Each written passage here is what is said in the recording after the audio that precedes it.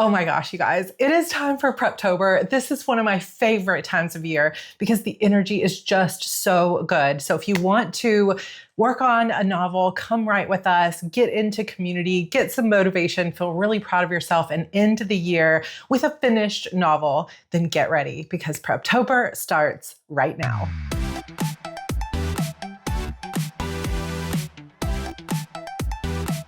If you are new, welcome. My name is Sarra Cannon. I have been indie publishing since 2010, and I have published 30 novels.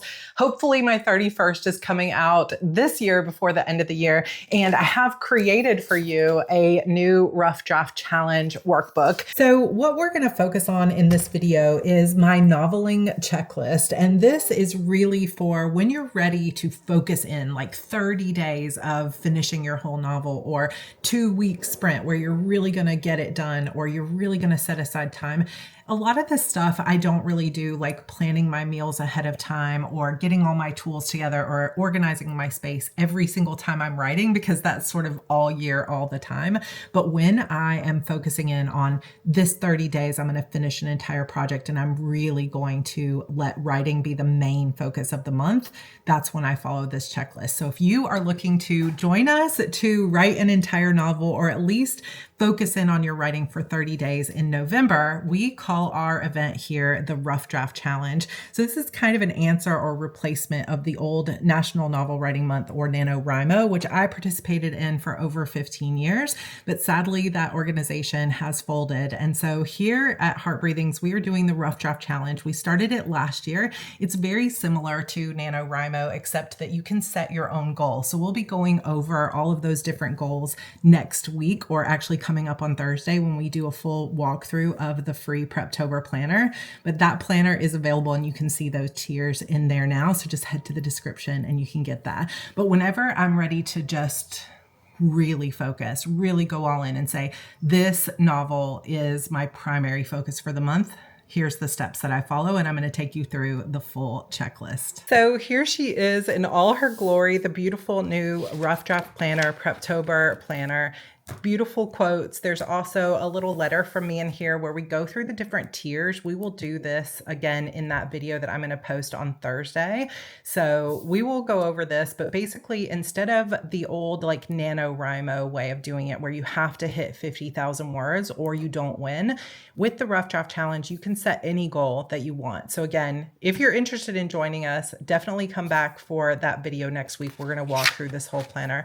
Basically starting on this third page, we start with this noveling checklist. And in here, you can see that we're going to talk about prepping your plan, your tools, your writing crew or your accountability, your novel itself, and your space. Now, I have these in place for prepping specifically for an event. That's why we start with plan. But we're actually going to revisit the plan part in Thursday's video, and we're not going to do that today. But just to kind of go over what's in it is we start looking at what's a realistic goal for the month in terms of word count goals, how much time you have to write each day, and that sort of thing.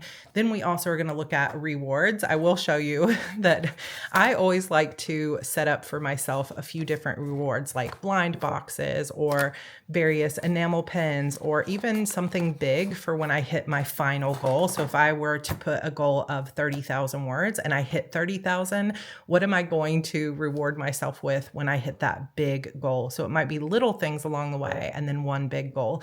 I also like to go ahead and plan my meals and snacks and things like that. So I can either pre-make meals, pre-freeze things, or have everything in terms of my grocery list ready to go. But again, we're going to go over that more in Thursdays.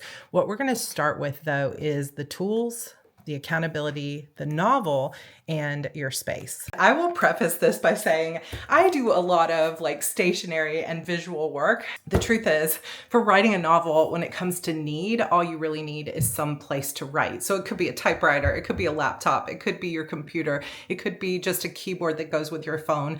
All the rest of this is optional. But for me, the prep part is part of what gets my mind in the right place for, okay, now I'm going to be focused on my creativity productivity.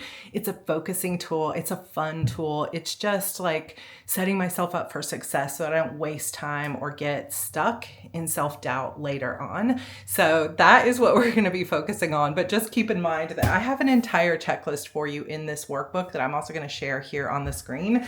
And none of it is absolutely necessary. Think of it like options. It's a toolbox, and you can pull one piece out of the toolbox and use it, but you don't have to use all the pieces. But I'm going to share with you all the pieces that I use and all the things you might want to think about as you prepare to write your novel. Tools. This is one of my favorite pieces of it. And again, none of this is absolutely necessary, but I have found that in my own journey, the more visible I can make my work in terms of actually putting my plot on the wall, actually making things color coded, writing things out on scene cards, instead of holding it all in my head, the more successful that I'm going to be in thinking through it. For some reason, when I'm just trying to sit down and write, or I'm holding it all in my imagination, it feels slippery. I can't put all the pieces together. I can't quite figure out the twist because I'm not seeing the big eagle eye view of the whole story. And so once I started creating index cards and things like that for my novel and putting them in color codes, really thinking through what makes them visually appealing to me, that's when I started finishing novels. And for years now, this has been my number one tool. Not necessary for everybody, but it is something important for me. So one of the first things that I like to do is sit down and figure out what are the tools that I'm using for this particular novel that can help me. And sometimes it's going to shift because I'll realize, oh, I need something else as I'm writing. But for the most part, I have some tried and true things. So one of them is markers or color-coded highlighters, washi tapes, or other pieces that I can use to color code. So this can be Post-it notes too. And I tend to have a collection of colors that are easy to find. I used to pick out, like, say I had 3 points of view in a book, I would pick out one point of view for each person, but I would pick maybe kind of an interesting but strange color. Let me see if I have one, like this teal color. Beautiful. However, it was harder to just find a pen, a highlighter, a Post-it note, and a washi tape in this color because it's not one of the main like primary colors or anything like that. When I switched to purple, red, blue, green, just basic colors, I suddenly realized it's easy to find Post-it notes, washi tape, other tools in these simple colors. So these are the 4 colors that I always use for my Shadow Demon saga because I have 4 main points of view. And so whenever I'm putting things on index cards, or I'm writing out my plot, or making character cards, or color coding things inside my document itself, I will use the same color code for the series. So purple is always Harper, red is always Airden, blue is Jackson, green is Leah. And I really have almost trained my brain to that. So it makes it easier when I'm glancing through my plot or sorting through my index cards to be able to see, okay, whose POV was this scene in? If you don't write multiple POV, you could still color code according to types of scenes. Like, what are the main plot twist scenes? What are the scenes where you have maybe more of an emotional reaction instead of action? And you could change that based on the types of edits that you're doing or the types of characters that you're writing, any of that. I did just recently try these new, they're called Milky liners. And I think that's meant they're kind of like mild liner dupes, but how pretty is this? I know it's a crazy thing, but for those of us that are stationery planner minded, having a brand new set of cute highlighters and pens to use in your plotting can just add that little bit of motivation and make it fun. And for me, the more I'm playing in my story, the more likely I am to show up for it. Because instead of it feeling serious and heavy and like something that feels like an obligation and a responsibility, it feels like play. It feels like joy and fun. And sometimes stationery does help with that. I will leave a link down below for these. They're called Hanku Milky liners. I haven't even tried them yet, but they seem really cute. What other tools do you want to use for setting up your plot? So for me, like I mentioned, index cards is another one that I use a lot. I have a video about planning scenes, or an entire series about how to plan scenes, but I am going to be doing a new index card video coming up. And sometimes I will actually put those index cards into photo album holders, and I'm going to set this one up. So this particular index card holder is just like a photo album cover that is for 3x5 photos, but that fits perfectly for index cards. I found this at a Daiso, which is kind of like a Japanese dollar store, for $1.25. And I'm not totally in love with the blue because my story is purple. So I'm actually going to also make a video where I sort of craft this up, because I was trying to see if washi tape sticks on it, and it does. But basically what I have done here is I have slotted into these index cards my title page, as well as an index card for every single scene. And this is just the prep part. I haven't written anything on here, but this will actually take up just enough index cards for all 5 sort of shorter novels of my Shadow Games series, which is what I'm working on right now. We'll talk about that in just a minute. But there are 5 covers for this and 5 colors because it matches the demons in my world. And so I have just taken one of these markers, like I was talking about, and put a color code at the top. So this color code is not about character POV because there's only one main POV in the series, but this is about the book itself. So green is book 3, yet red is book 4, yellow is book 5. And it just turned out perfectly that I can fit 12 index cards for each book, because I'm writing this as a serial, and 12 episodes each in here for all 5 books. So I took that as a sign. So if you want to find something like this, I will link to one that I found on Amazon that you can slip your index cards in. That way you can just put it in your purse and you have your whole plot with you. But if you want to, the advantage of index cards over just putting it on a piece of paper is that you can switch those scenes around and you can kind of add things in between, and it makes it very flexible in your plotting. So you can throw them in here when you want to take them on the go, or you can pull them out and put them on the floor and rearrange them as needed if you're thinking through some of your story. What other tools do you want to use? So laptop, for example, you might be using a laptop, you might be using a computer. This is a free write alpha, and I just put different keys on it. This is really cool because it only shows you about 3 lines of text at a time, and it connects to like my Google Drive or my email so that I don't lose work. But I also can't scroll social media or get distracted by Instagram while I'm writing. So I will be using this a lot as I write my next book. Another tool that I use is often this sort of blueprint paper. This is 11 by 17. It is a grid paper, if you can see that, made up of little blue lines. And this I have really, really loved having, because you can basically map out all 4 acts or 3 acts or whatever structure you're using on this piece of paper and have one eagle-eye view that you can fold up and take with you. This is brilliant, and this has been a game changer for me. And I might end up throughout the course of writing a novel filling this out as a story grid 5 or 6 times. A lot of times I will just use sticky notes to move around instead of actually writing on it, but it's just one way to get that overview of the story. So I will link all of these things down below. I might actually make an Amazon page of like PREPTOBER tools if you want to see it. Index cards, like I said. Another thing that I use for visual, this was a gift from my friend Angela. I've shown it before here on the channel. These are little cauldrons because I often write witchy books. But you can also use mason jars, or you can use just like a coffee mug, anything that you might want to use. But basically what I like to do with this to make my work visual and to keep me motivated is I have purchased these little vase fillers in different colors. And if I'm going to try to write 1,000 words, I might put 10 of these in here for each 100 words that I want to write. And so I'll count out 10 of them. Each one stands for 100 words, and I will put them in the to-do section. And then as I write, I will count out how many words. Let's say my first sprint, I got 200 words, and I will move them from the to-do bucket to the done bucket.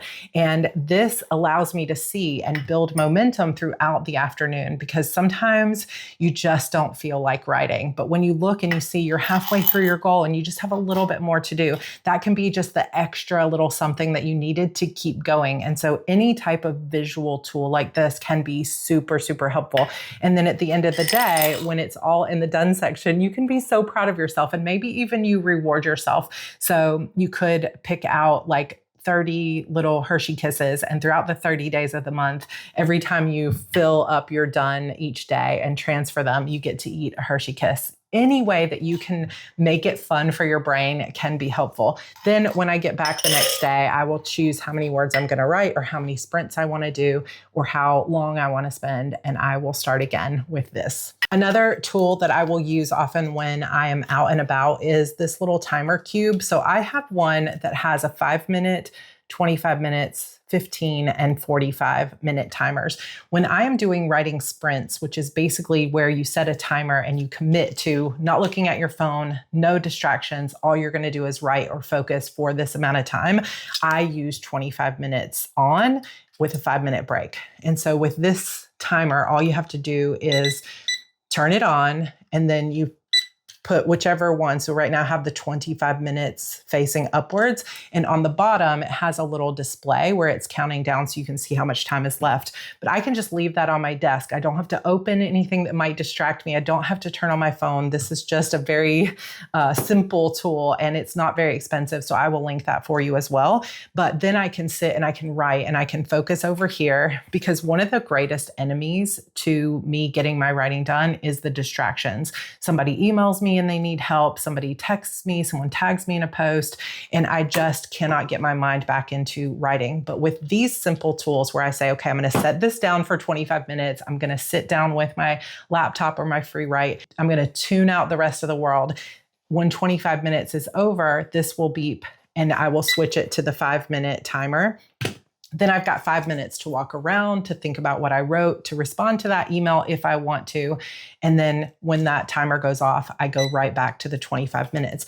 And that has been such a game changer for me. And I really think that as much as I have struggled to write over the last couple of years, it's because I wasn't going back to these tools as often as I should. So as you think about how to really prep your tools for the Rough Draft Challenge or any time that you're going to be writing, really think about what tools can help you be more productive and more focused. Another tool that I use is a B6 Stalogy. This is my plotting planner that keeps my notes throughout the entire time that I'm writing. Sometimes I will put fun images in it so that I can be inspired for my story world, but pretty much any type of thought that I have about, oh, what about this character's backstory? Or what do I want to do with the currency of this world? I'm writing a fantasy, it's a portal fantasy, and I just really have a lot to think through. I even have story breakdowns that I feel like are similar. So this is kind of like a Gladiator style story. And so I watched Gladiator, broke down the plot points and started to see how I could apply those plot points to my own book.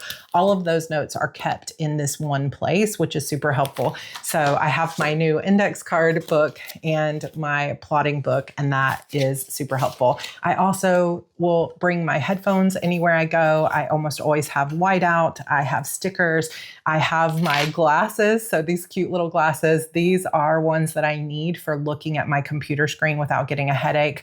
Just make a list of all the tools that you could potentially use to help you feel motivated, focused, and ready to start your book. Let's talk about health. So prep your health too. Like when you're thinking about tools, think about what you can use to make sure that you're also taking care of your health. Do you have an ergonomic chair or a space in your house that you can sit in where you're not going to hurt your back or you're not going to end up in some kind of like massive shoulder pain kind of issue?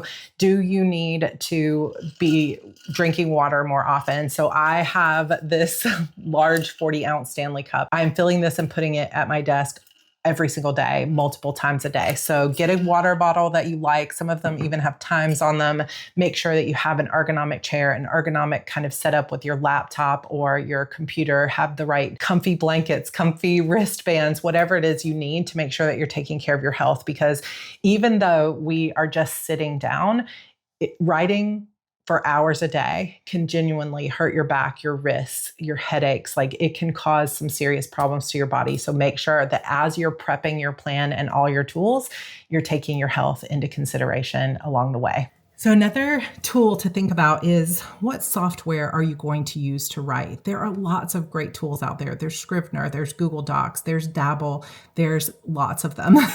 And even for the words. So I haven't ever used this, but I'm thinking of trying it this November because a lot of people say it's a way to gamify your writing. So if you use For the Words, let me know and maybe we can become friends and fight monsters together. But I think that you can work with other people to like fight monsters through writing words as well as getting things like new armor or different things for your character.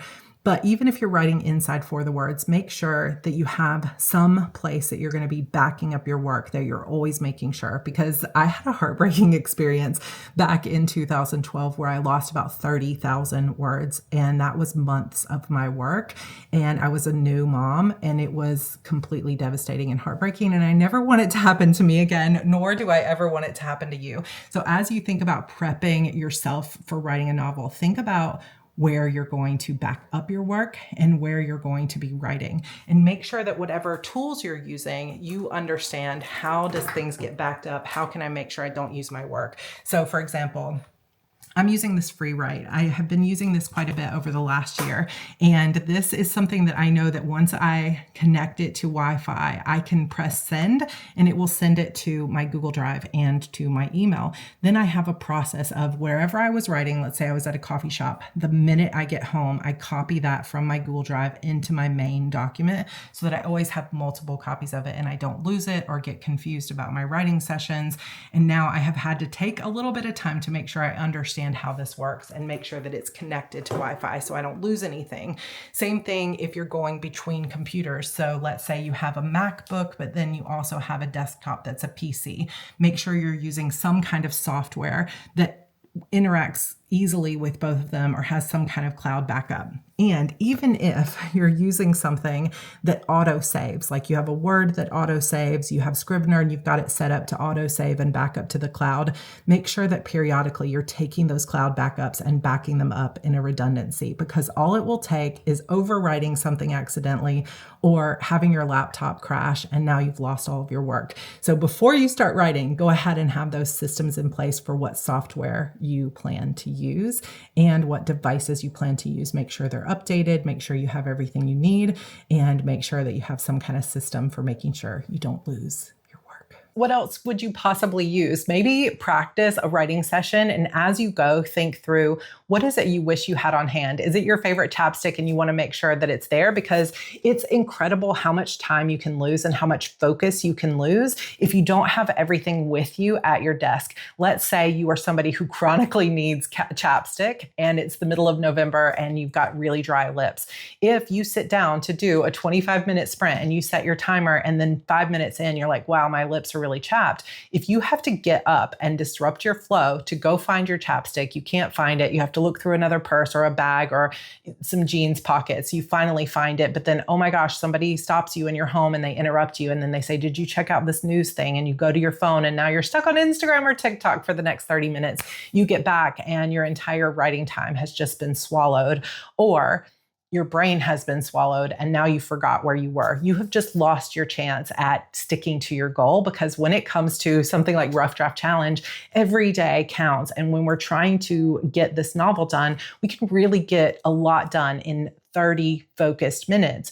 But if we're not focused because we're searching for that chapstick, or we're looking for the right playlist, or we're trying to figure out how to back up our work, or we're trying to find yesterday's work, we're already behind. So do yourself a favor and think through everything you like to have with you: water, chapstick, heating pad, headphones, stickers, plotting notebook, anything that you like to use as tools, and make sure that you keep it all there with you as you're writing, which we'll talk about in a minute when we talk about prepping your space.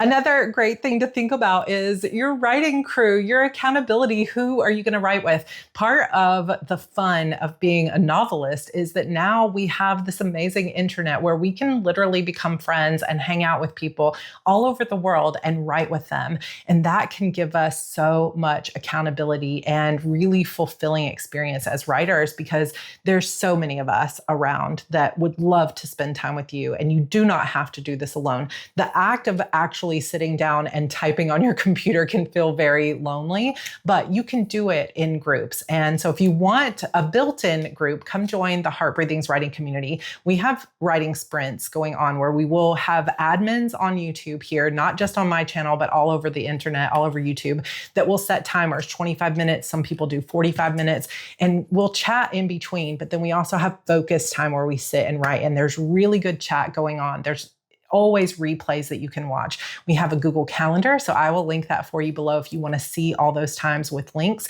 We also have a Facebook group with about 9,000 writers in it. So you can also come into that Facebook group or my Discord server if you're not on Facebook, and you can ask, oh my gosh, I'm having the hardest time with this character. Or does anybody know of a book that's similar to this? Or has anybody used this tool before? And we will help you, because writing communities are amazing. And I have to say, the Heart Breathing's writing community and all of our admins are some of the best on the entire internet. So come join us if you're looking for accountability, body doubling, a little bit of inspiration, because when you just don't feel like writing, there is nothing like looking on that calendar and being like, okay, but Tracy's going live in a few minutes, I'm going to go join her, and having an entire community of people who are there with you writing, and you can chat with them in the chat and you can hang out and get your words done. And then at the end of it, you not only had fun, made friends, didn't feel alone, but you have 1,000 words to show for it. Like, it doesn't get better than that. In the month of November, I also will be attempting again 30 days of vlogs. So I have been doing this, I think since 2018 or 2019, I have been doing daily vlogs.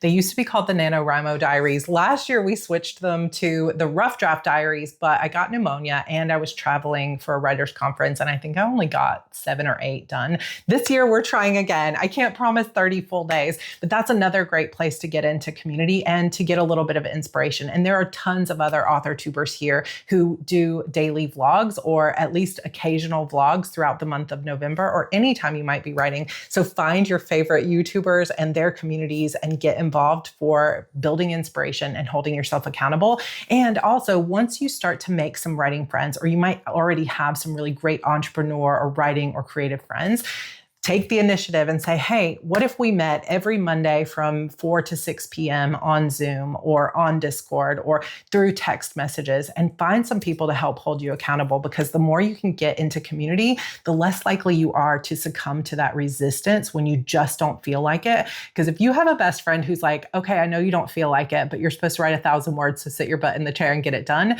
the more you're actually going to do it, and you're going to feel supported along the way. So get your writing friends and know that you don't have to do this alone. And if you don't have any writing friends, like I said, you've got thousands of friends here built into this community, and we will welcome you with open arms. Okay, what about actually deciding what it is you're going to write and prepping that plan? Because obviously, if you're going to be writing, you need to have a pretty good idea of what it is you're going to write and what that story entails. So are you going to write the next book in your series? Are you going to start a new genre? Are you starting a book from scratch? Are you going to pick one of the 50 unfinished projects that you have on your laptop? I see you, chronic starters who don't finish. Pick a project. How do you do that? We're going to have more videos coming up on that in this month. So make sure you're following my playlist called PREPTOBER 2025, but I will also link a few previous videos that I did on this topic. Basically brainstorm, decide which project is the right project for this month or for what's coming up, and then figure out what your process is. So again, another new video coming up in the next couple of weeks is going to be all about how do you discover and find your writing process. My writing process is really what I call a puzzler. So you have pantsers, who are people who just fly by the seat of their pants. They may not have any idea other than a basic concept and an idea of characters, and they just sit down and write. So some people call them discovery writers, pantsers, things like that. Then there are outliners or plotters who like to have every scene figured out, every character figured out, their entire world built before they start writing. But the truth is, most people are somewhere in between. So you have pantsers who have a rough outline on a snip of paper, or you have outliners like me who don't know every detail. We may not have every scene, but we have bits and pieces, and we know the biggest turning points, and we know our characters, but we don't have every single scene detailed. And it changes, and we're still discovering the story as we go. So we might be off outline by the end of Act 1 and into a realm we didn't realize we were going to be in. So everybody kind of has a different process somewhere in between all of those things. I call myself a puzzler. which I realize sounds like a Batman villain, but I heard this term at RWA back in like 2013 and was like, this is me. So I will have pieces of the puzzle. I'll know what the act one climax is, the midpoint. I might know the ending of the story. I know a few scenes in between, but I don't necessarily write them in order, and I don't have the full big picture. I'm puzzling it out as I go. So I'm writing out of order. I'm figuring out this piece. I might write the end and then realize something that needs to happen at the beginning. And I'm just kind of puzzling it out as I go. And that has been what's worked for me. So one of the first things when you start to really figure out what your plan is going to be when you start writing a novel is ask yourself, how much do I really know about my writing process? What has worked for me in the past and what just has never worked for me? And stop trying to fit yourself into someone else's writing process if it doesn't work for you. If you have chronically been trying to write at the same time every day, 1,000 words a day, and it just doesn't work for you, you get bored, you get distracted, it's not working at all, maybe that's not your process. My process tends to be more like, I need a lot of time to think through. I need a lot of time to puzzle it out. But when I see it and it clicks like a movie in my head and I can watch that movie as if it were happening in my brain, I can sit down and write 10,000 words in a day. But I need to make sure nobody's distracting me, nothing else gets in the way. And I just want to do what I call portaling into my story as if I have stepped into that world and the world around me no longer exists. And then I can really focus and write 10,000. I think my best day ever was like 17 or 18,000 words in a day. But there are some people that once they hit 2,000 words, their brain just shuts down. It's not how they're creative. And I think part of the problem when we discuss this is that some people act like writing 18,000 words in a day is somehow better. But the truth is that's not even always the fastest way to write, because sometimes the people who sit down and write 1,000 words every single day get to the end of their story a lot faster than somebody like me who needs a lot of time to figure it out and then writes really fast and then has to edit those words pretty heavily. So just don't judge your process. We're all different, and faster doesn't mean better, but faster also doesn't mean worse. It's just what works for you. And the more we can really get into that mindset of let me figure out and experiment until I find the process that works for me, the better off we're going to be as writers. Okay, back to the actual Rough Draft Challenge planner. Here's the pieces of the novel that you might want to be thinking about. Picking your project, of course. It could be the next book in a series. It could be a totally new idea. We're going to have more videos on this coming. Maybe doing some character sheets. So what is your character's name? What do you know about them? What's their backstory or their wound? What motivates them? What's keeping them from falling in love? What makes them mysterious? That kind of thing.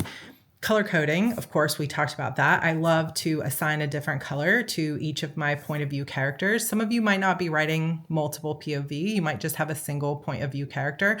I have as many as, I think I had 8 in Disappearance of Vanessa Shaw. I have 4+ in most of my Shadow Demon Saga stuff, but the new series that I'm writing, the Shadow Games, which is a spinoff of my Shadow Demon Saga, is mainly one POV, and then I will be adding more points of view later as the story progresses. So be thinking about that.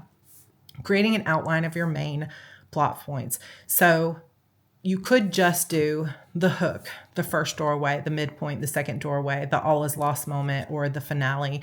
That would be enough. I do have another download called Plot Your Novel. It's in the resource library if you want to grab that. That is another series that I cannot wait to totally redo. Maybe you use Save the Cat. Maybe you use the snowflake method. There's no right or wrong way to outline, and you don't have to outline it all.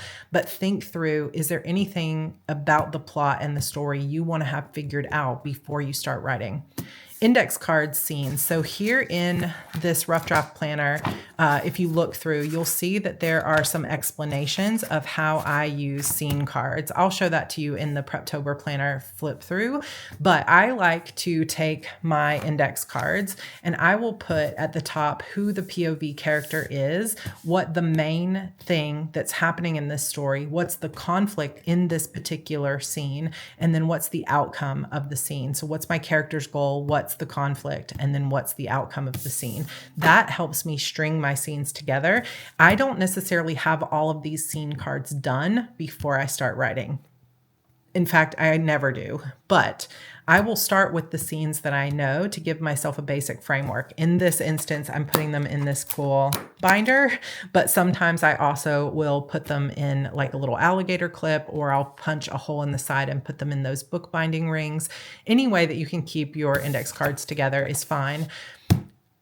Not a necessary tool, but it can be a tool if you get stuck, or something to use to prepare when you're going to be doing like a month-long noveling challenge.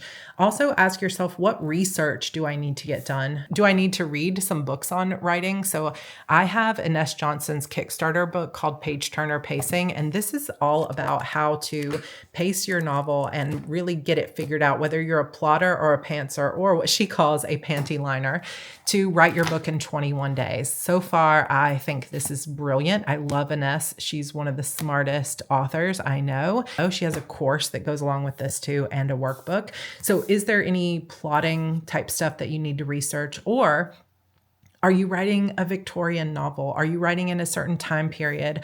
Is there a certain city? Like, let's say you're writing a book set in Chicago, but you've never actually been to Chicago. Is there any research that you need to do? Go ahead and brainstorm that and start researching it, and make sure that you keep your research somewhere that you can reference it. So if you're using Scrivener, you can keep it right there inside Scrivener. Actually, another new software that's coming out, that is just come out, is called Novelio. So I'm going to be sharing that with you too. So you could put your research and your writing and your whole story world and everything into Novelio. But you could also put it in a binder or a notebook like I have here. World building. How much do you need to know about your world? A contemporary romance set in a small town that you've already been writing in probably don't need a lot of world building before you start writing your book. My new series is called The Shadow Games, and it is a spinoff of my Shadow Demon saga. However, it's new characters, and they go through a portal into kind of a snow globe world. It's like a prison world where they're forced to compete in death games. And so it's similar to like the arena in Hunger Games.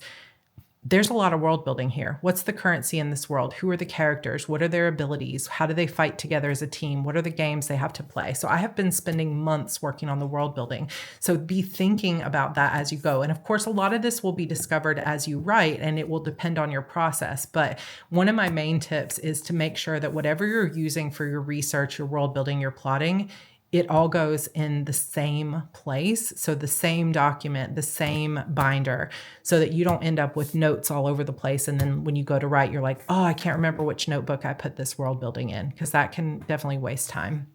Another tool for prepping your novel is, do you want to make some cover art? So you can go on and do your own sort of mock-up cover if you want, or you could go ahead and commission a cover from a place like 99 Designs or Meeble Art, or go into a pre-made book cover Facebook group like Facebook Cover Design Marketplace and get a cover art if you want for your book. Sometimes this is really inspirational. I already have the cover art for my entire Shadow Games series, so that has been really fun to put like in my binder, in my document, and things like that. So we will go over more how to outline, but if you want a full video on how to outline your novel using this workbook, that I did last year, so I will link to that to you down below as well. So if you're new here, you can obviously see that we have years worth of noveling prep and writer tools on this channel. So definitely subscribe. We just hit 80,000 subscribers, and now I'm going for 90. Let's hit 90. I never dreamed in the beginning of starting this YouTube channel that I would be sitting here with 80,000 subscribers, but I hope you know how much I appreciate every single one of you that's here. And I would love for you to subscribe as we work through Preptober, move on to the Rough Draft Challenge, and even plan our writing year for 2026. I love you guys. This has been so much fun.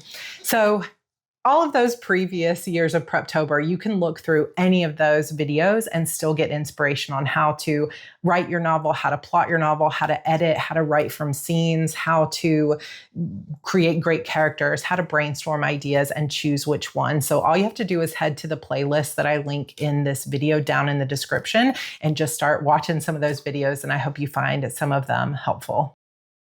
Okay, the final piece that I have on my noveling checklist is to prep my space. And this is so important, thinking about your environment. Like some of us have spaces like an office or a desk in our home. Some of us have coffee shops that we love to go to regularly. For some of us, it's writing in bed. For some of us, it's writing on the couch or at the kitchen table. And for some people, it's writing in a different location every single time you write, while other people might prefer that this is my space and this is where I am every single time I'm writing. And again, there's no right or wrong way to write a novel, to plan for your novel, to not plan for your novel. It's really just about what works for you and what doesn't. So go ahead and give yourself permission to set up your space the exact way that you want it to, or to set up your travel tote or your laptop bag if you like to write in different locations. So one of the things that my husband bought me last year for Christmas is this Stony Clover Lane. It's like their large case, and I think it's meant for like cosmetics, but I use it for stickers and things like that. So I think I'm going to actually I wish I had D-rings on the side so that I could put like a crossbody strap,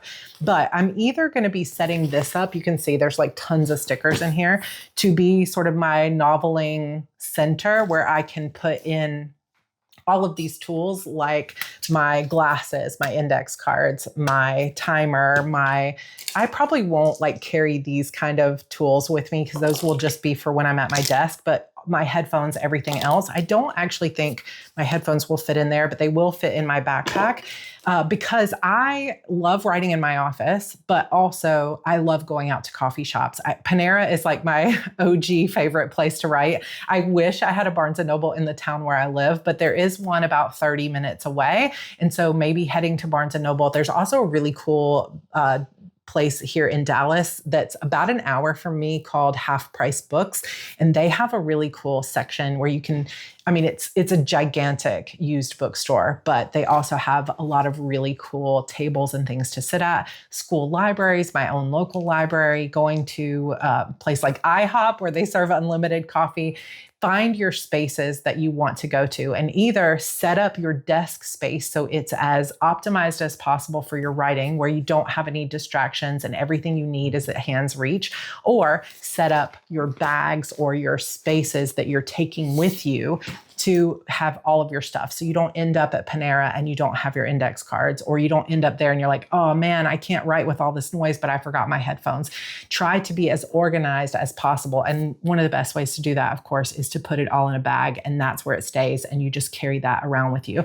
You could also use like a diaper caddy. That could be something that you carry around if you like to be in different places in your home, or you sometimes like to go on the back porch, or making sure that you have some kind of portable way to write, and then kind of packing up your backpack so that it's always optimized with the tools that you're going to use. This is when we talk about space, this is also where you think about your ergonomics. Do you need a wrist brace? Do you need a different kind of chair or a certain kind of pillow? Do you need a heating pad when you're writing? Do you need a wrist pad to take with you when you're writing out at a coffee shop? What about tools that you want to take or keep in your space, like your water bottle, your timer, things like that? Also, though, think about what inspires you. So if you are a person who just really cannot think with chaos, then clear and clean your desk before you get started writing and make sure that only the essentials are visible. That way you're not getting distracted. You don't feel chaotic. You don't feel like you can't focus with all this mess. Clear everything off, even if it doesn't have to be like hours of cleaning. If you have a big mess,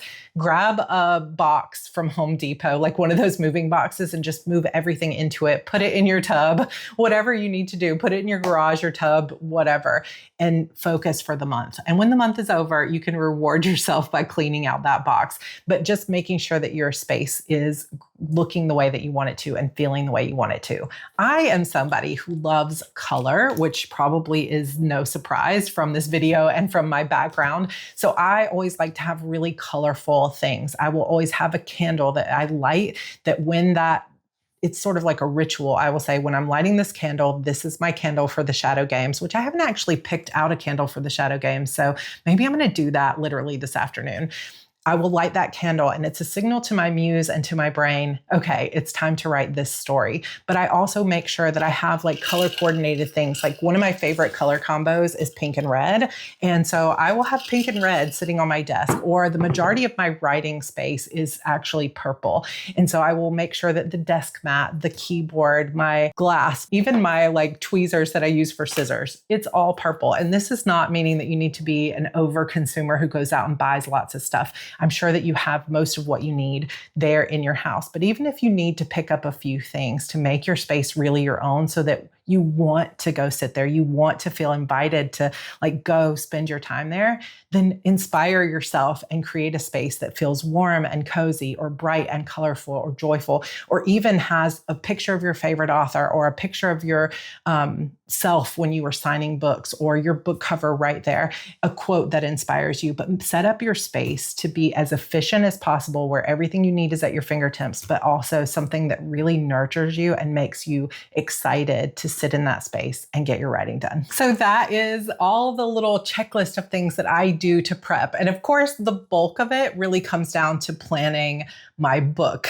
And so that is what I like to spend the majority of my time, is figuring out the scenes, figuring out the plot. So we're going to be doing that together here throughout the month of October. But this is the earliest we've ever had the PREPTOBER stuff available. So go grab your workbook. As you read through this noveling checklist, there's even more ideas of things you might want to do, like getting essential oils, the candles, things like that you can check off if you want to, and get yourself ready. Get this printed out and start planning your novel, because come November 1st, the Rough Draft Challenge begins, and we are going to write together for a full 30 days. And I literally cannot wait. So let me know in the comments and put a paper, a laptop, or a pencil emoji down below, or some kind of writerly emoji or something that has to do with your story. And let us know whether you have chosen your project for the Rough Draft Challenge and what that project is going to be if you're joining us. I cannot wait. If you want to go ahead and sign up on our website, it's roughdraftchallenge.com.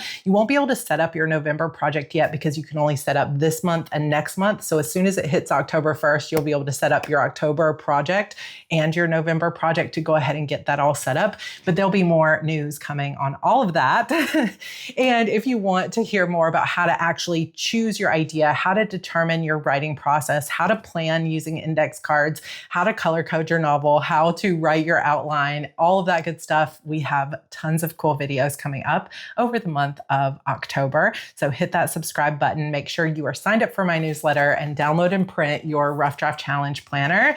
I cannot wait to spend the next few months noveling with you. All right, I super love you guys, and I will see you in next week's video, Thursday's video, where we are going to do a full flip through of the Rough Draft Challenge PREPTOBER planner. All right, love you guys. Happy writing.